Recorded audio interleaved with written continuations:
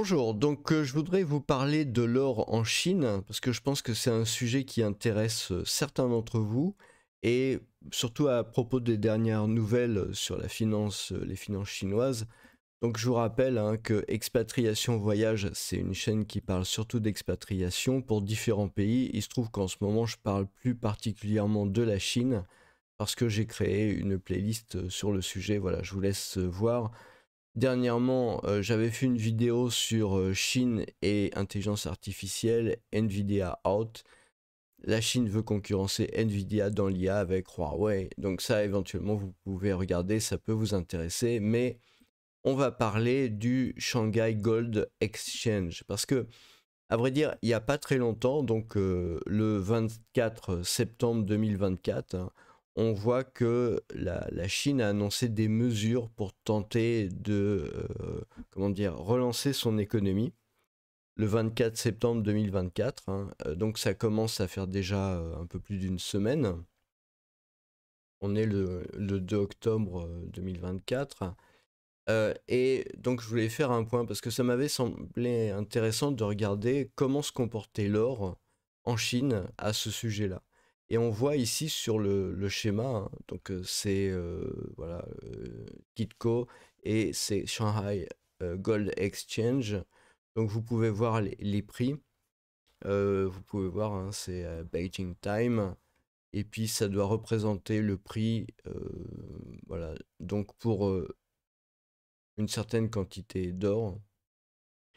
Donc voilà, voilà le graphique, hein, et on voit finalement que ça a augmenté, l'or a augmenté un peu jusqu'au moment où a été déclaré, voilà, le 24 septembre, c'est là, 24 septembre, 8 heures, voilà, à 592,12. Et finalement, après, l'or n'a pas beaucoup augmenté. Ce qui me surprend un peu d'ailleurs, parce que moi je pense que une des choses que les Chinois aiment bien traditionnellement, comme je vous ai montré hein, en introduction, c'est justement l'or. Et donc, parmi les moyens d'épargne, hein, pour mettre de côté de l'argent, eh bien, l'or, justement, ça peut être quelque chose qui peut être assez, disons, assez prisé en Chine. Et donc, c'est pour ça que ça m'intéresse. Ben, on peut voir le comportement de l'or comme ça sur... donc là, vous avez à peu près, depuis le début de l'année, hein, depuis le début de l'année 2024, on voit que c'était à 480, et puis il y a eu une remontée brusque à 560, et puis ça a continué comme ça, mais maintenant on assiste quand même à une montée. Donc probablement que les mesures étaient en discussion depuis quelque temps.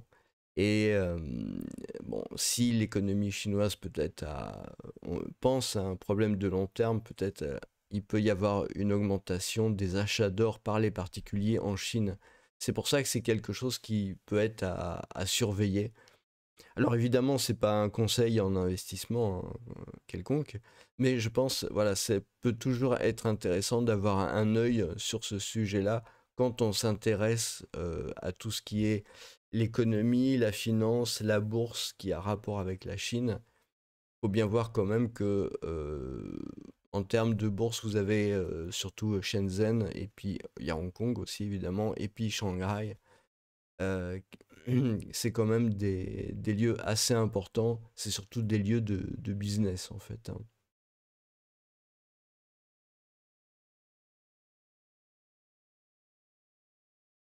Donc voilà, bah écoutez, voilà, hein, et puis je vous souhaite une bonne journée.